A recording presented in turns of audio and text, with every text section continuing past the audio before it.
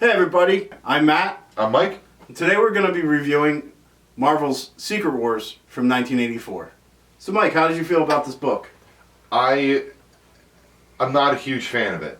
I think that has something to do with it, just my age and when this book came out. You know, like when this book came out has a lot to do with the quality of the writing and the art, and I just couldn't really get on board until Spider-Man got his black suit. Yeah, I mean, like, it's just such a slog. It's a slog through all this meaningless dialogue. Mm-hmm. You know, it's just a lot of pompous chauvinism, like... Yeah. It's constant, like, ego measuring. Yeah, like, there's just so much measuring going on. Like, there's a lot of internal monologuing where the person's thinking about themselves in the third person. Right? It takes you out of it when Dr. Doom's just like standing there and he's like, Dr. Doom, and blah, blah, blah, blah, blah. And it's just like this word bubble that is this big, and you're like, why are you talking to yourself like this? Yeah. Just be like, I have to go do this. Right. Which is what it's like today. Like, it's very... They would just go do it. Yeah. You know, and let the art carry it. But would you be surprised if I told you that this was created purely to sell toys? I would not. So like the biggest thing to me is the front of every issue. Mm-hmm. There is like a toy catalog. Oh yeah. Yeah, it shows you every character. Mm-hmm. Like the first double page spread is just all the heroes. Yeah, they just they're straight across. They're in like action figure poses. Mm-hmm. And they roll call. Literally roll call and say, here's who it is, rather than just like showing everybody showing up and just being like, right. I can easily identify who each one of these people are. Exactly. There's no like, and I mean, part of the conceit of the story is that they're plucked from wherever they are, like that instant. They all show up at the same time. Yeah. So it's almost like in story they're roll calling because they're all kind of in a state of disbelief. But basically, what it comes off to a reader is a toy catalog. Now, you know. Well, then I'm surprised they didn't have an order form at the bottom, But back then, it probably wouldn't have been so obvious. But now, since we've seen even more, like they're not insidious forms of advertising, but you know what I mean. Yeah, the more it was the marketing for the time. Yeah, and maybe the reason. Maybe the reason the writers wrote that is because that's how a little kid would talk to themselves when they're playing. Well, this is what this is I guess what I think is it's like marketing 101 on a grand scale. Like, you have a product, you want to sell it, you create some type of adventure story that really has very little impact. Yeah. But it just shows the character using their powers. Mm-hmm. It shows the character making the type of decisions that character should make, right? Yeah. And then it tells the kid their name incessantly, so that over and over again. The kid can identify with the character that they feel they are. And speaking of like kids, there's some adult themes in here. Like, there is, but just backtracking a little bit. So basically, what happened is in 1983-84, Mattel approached Marvel because they wanted to boost their doll sales, specifically for boys. So obviously for boys, it's boy toys. Gotcha. Yeah, boy toys.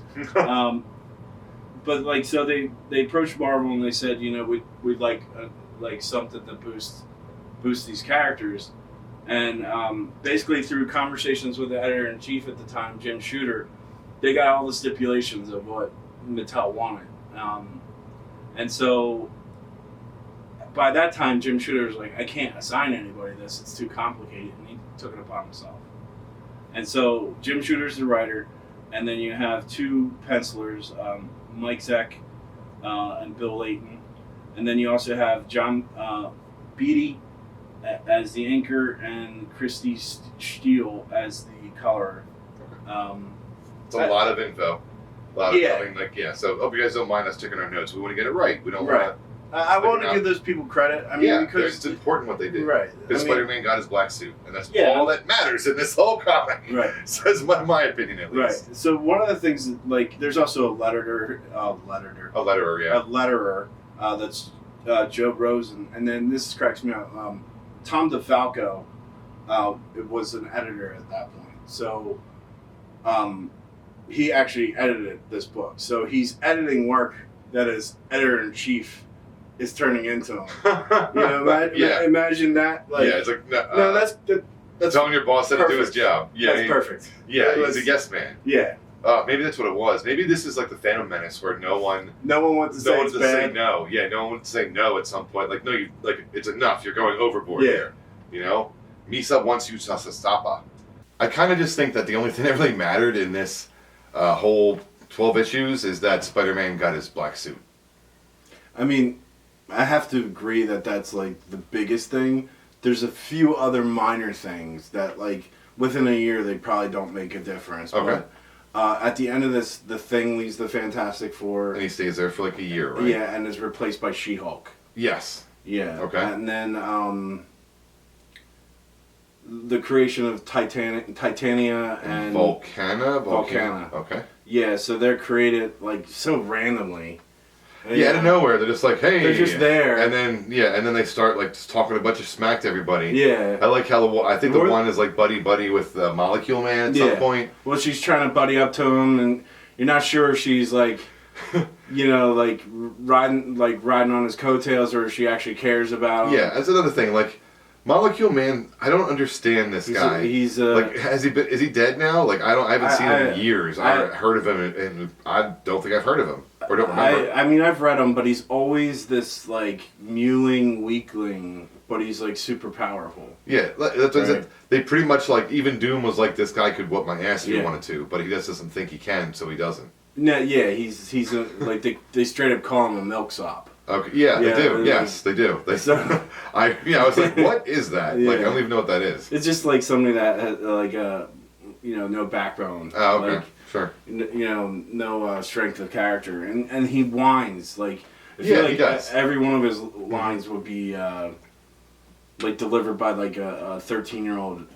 Whiny boy, yeah. you know, puberty, yeah. Yeah, so it's just I really found this book frustrating because it seems like it would be. Me too. It seems like it should just be an action smash 'em up, Mm-hmm. but there's so much dialogue. The dialogue really kind of takes away Yeah. from these events. These events are about action.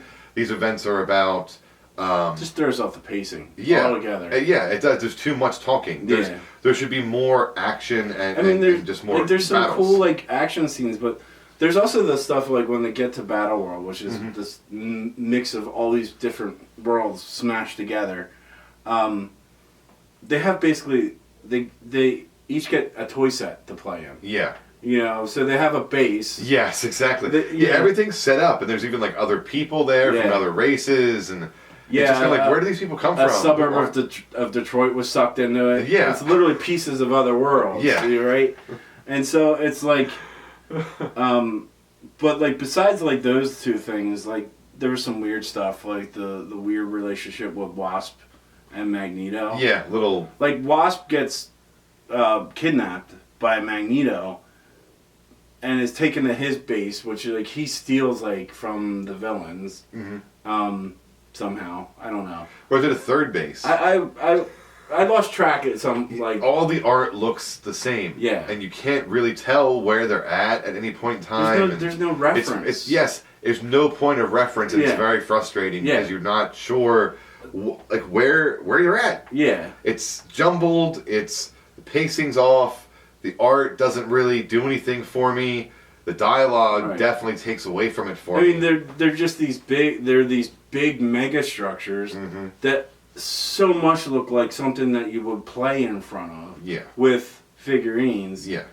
And you know, or like it's a plastic set that you would like put them on, you know, and they're so huge. The funniest thing is like there's a few times they say, well, go to this place and it's like go to the 417th level and get this thing. Like, Yeah. okay, I'll be back. How big is I'll this be thing? back in a week. Yeah. You know, like- exactly. How big is this place? Right.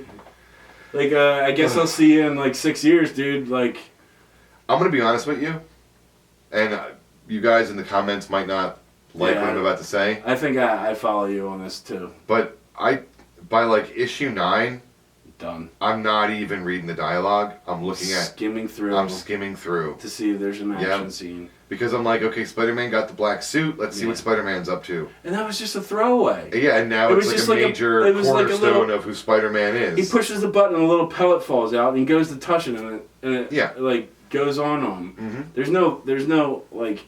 It's just a symbiote. There's no venom at this point, and it's just this thing that goes on. Now he's got a black suit. Yeah. You know, and it's funny because it's like it dissolved away my old suit, and it's like, okay. Yep. Gotcha. Mm-hmm. You know, look at the 2 different toys we can sell in this line. Yeah. There's a lot of internal fighting. Like, there's one point where Red Suit Spider-Man, like... and the X-Men. And the X-Men fight, and Professor X just mind wipes Spider-Man. Yeah, and I want to say that. All of the heroes are complete dicks to each other. Yeah. Everybody's a dick to everybody. Like, sure, like, man. The only reason that certain ones are heroes are because we know them that they're heroes. On this battle world, they're complete jerks. There's one character that's free of that, and that's Captain America. Yeah. Captain America takes a very clear leadership role. But everybody questions it. Like, why should I do this? And then I think Thor at the very beginning is like, he's the only man I would follow in the battle. Yeah, with his hair flowing. Right? But I just, but that's like the kind of dialogue that, and I understand that it's Thor, and he would probably say that. That's one character you can get away with that. Yeah. But like every character. How about thee? Every character is talking in this, like, extended.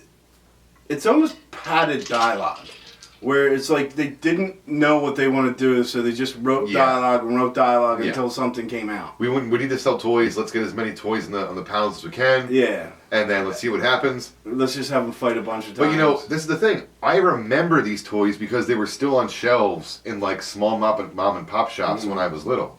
Like when I was little in 1989, you know, 87, 88, 89, you know. Yeah.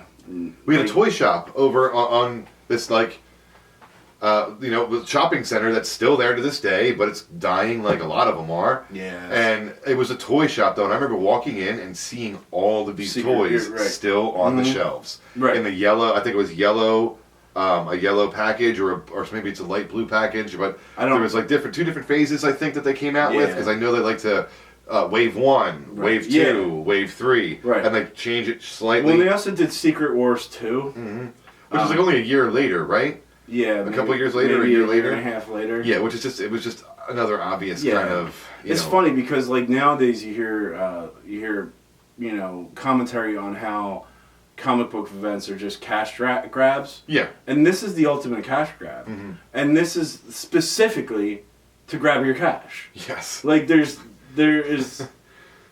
no story point to this. The story points were I mean they make the greatest excuse for all the stuff because they pluck everybody out and they spend half the first 3 books whining about how they don't want to be there. Yeah, exactly. And it's like, well, get on with it. God, get on with it. Yeah. It's like every one of them gets a chance to whine about their current situation. That's what they you know what the problem is here? They try to make every character a main character. Yeah. There's no background characters here. No. There's no characters. Well, there are, but it's still they treat everybody the same rather than there's no hierarchy to really whose story is this. Yeah, there's no stars. Yeah. There's no stars. But when it comes out to it in the end, it's Spider-Man's story. Right. Because that's the story that still affects the Marvel comics to this day. But really, we get Venom out of it. We get Carnage out of it. Yeah. We get Shriek and Toxin and Anti-Venom. Right. And a bunch of other ones that I'm already forgetting. But for like the parts that I remember the best, like dialogue driven, all come from Captain America. Yeah. And it's not just because Cap's my favorite character. I mean, it's the fact that like he's the only one that doesn't seem like he's like. Yeah, he's just like, let's do this. We can get this done, and then we'll figure it afterwards. We'll grieve later or whatever. Not that he says that, but yeah. So the reason that we're talking about this is because this might be where Marvel's going with the next. So. I mean, here's the thing that this type of idea gives you. The worlds don't have to be from the same dimension or universe. Yeah. They could just be smashed together, and then maybe some way, whoever, like, certain characters from other universes in the are able to come back. Right. Or they can you know, recast characters. certain you know. characters. They can recast certain characters too Yeah. this way. They could be, oh well, that's not the original Tony Stark. That's Tony Stark from Earth, 1110110. Yeah, Yeah. and so it's just a younger version of him. The same thing with Captain America, Steve Rogers specifically. This is how they can bring some of the not ultimate unit, but they can they can pick take and choose. pieces and from all the different Iron Men or they can just anybody. They can clean up continuity without making it without shattering it. Yes.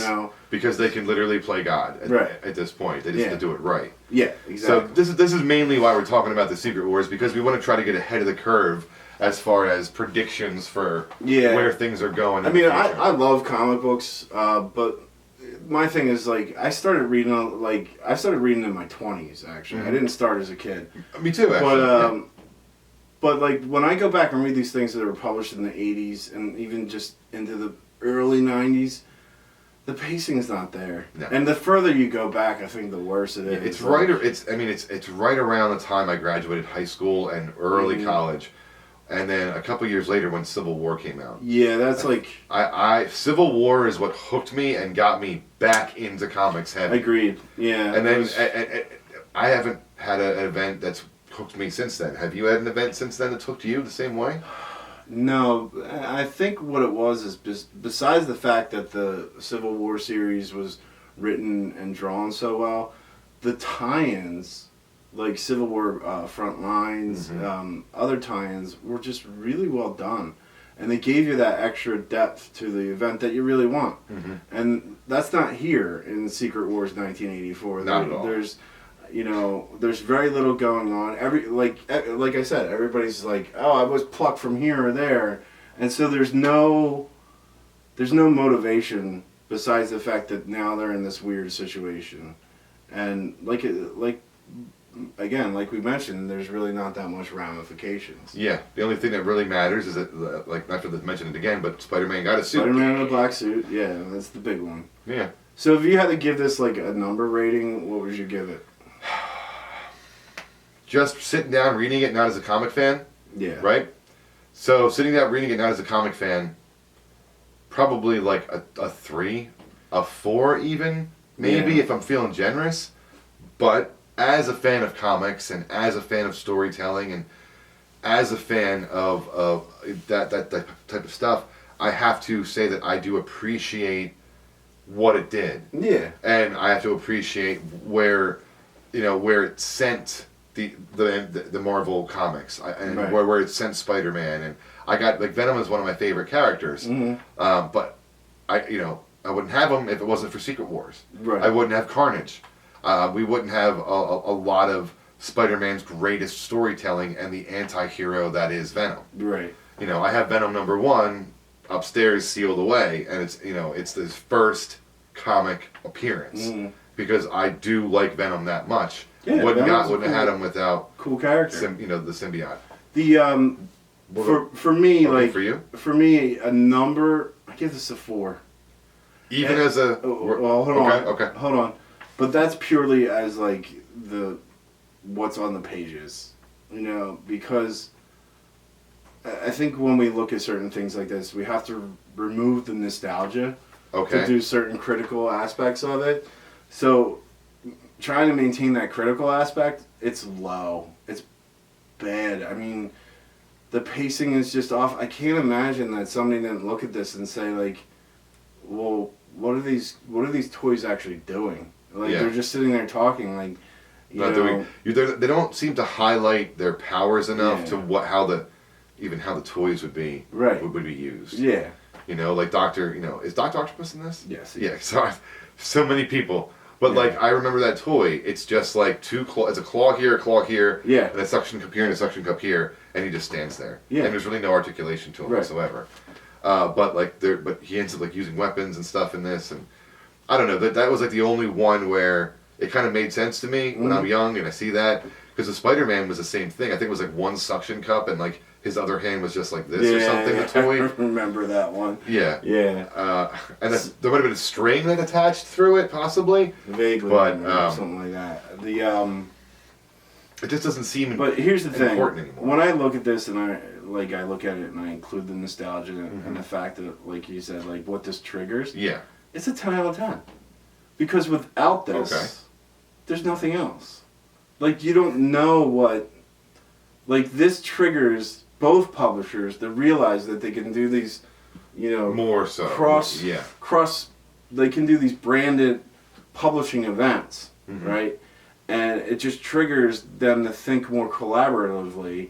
And, you know, With an eventually... overarching, Yeah. with the whole universe. Right.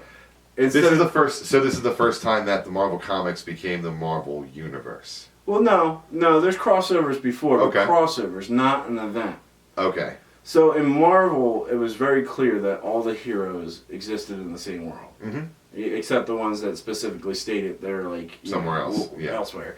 DC was a little different. DC was like, you know, Batman and Superman didn't really exist together, right? And eventually they do, but we'll get into that. But basically what this does is it shows them that they can take characters out of their running continuity Mhm. and involve them in something and just basically Put them back. put them back. Yeah, it's kind of like, You know, they wave a wand. yeah, and You know, yeah, at the beginning and then at the end, they wave a wand, and it's just literally what it is. The Beyonder is just, like you said, it's a capital G, so somewhere between a capital. It's a medium G. medium G. Yeah, medium. Mhm. There's just nothing that stands out about this as an actual read.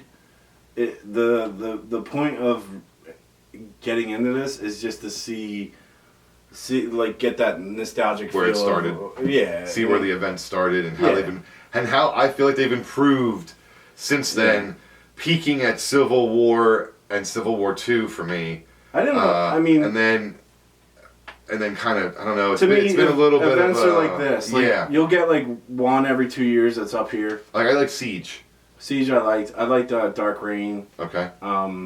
Or Was Secret- Dark Reign the Dark Avengers? That, Yeah. okay, yeah, I like that that was too. right after Civil War. Civil War, yeah. Everything Civil Well, War that's, after that's that. where and people Civil start War- getting tired, right? Really? It's because it's like after Civil War, then the amount of events like just Drops. goes up because Oh, they saw and Civil War is a massive.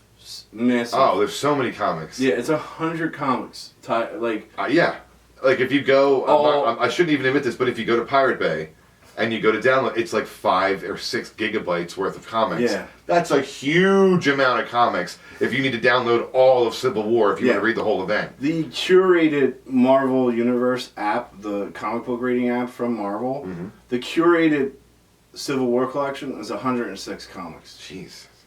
So you figure they're all 20 pages. Mm-hmm. You're talking like, It's a lot. It's Yeah. a lot of work. yeah. Yeah. And I mean, this is these books. It's 12 books. I forget. They feel like they're 40 pages. And it's Dude, I read books. yeah, I read books. yeah. If I can't read a comic because it's too wordy, Yeah. that's an issue. Yeah. Like that's a huge issue, and that's where I'm at. And so I gave it a 4 out of 10 for critique. You were pretty much the same. Yeah. I'm giving I never actually said where I was at. I'm gonna give it an 8 out of 10. Okay. You're a 10 out of 10, Yeah. and then that's where we're gonna wrap it up if that's okay. I think so. I mean, really, like this is not one of the things I think you want to go into with a critical mind.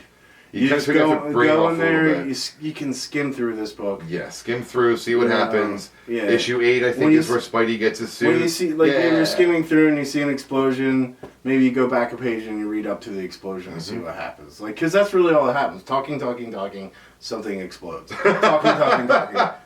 I mean, seriously. No, that is like, what it is. yeah. You know, there's no, and the dialogue is just like derivative and slow, and Yeah. I'm glad to be done And, with and, this so, video. and in some senses, it's cringy. Yeah. You know, like Oh, so cringy. the The whole Wasp- Magneto and- Wasp thing, yeah, man, we're there. It's so cringy and Yeah. a little rapey too, but It's very weird. Like, she just basically like does she have what's that syndrome? Stockholm. Stockholm syndrome. She's I mean, Stock- but it's immediate. yeah, like she's like Yeah. you know. He's like, hey, I'm Hey. Magneto. What are you doing? He's got his legs up. He does. He's like swirling a eating martini a burrito or something. Like, yeah, like, oh, jeez.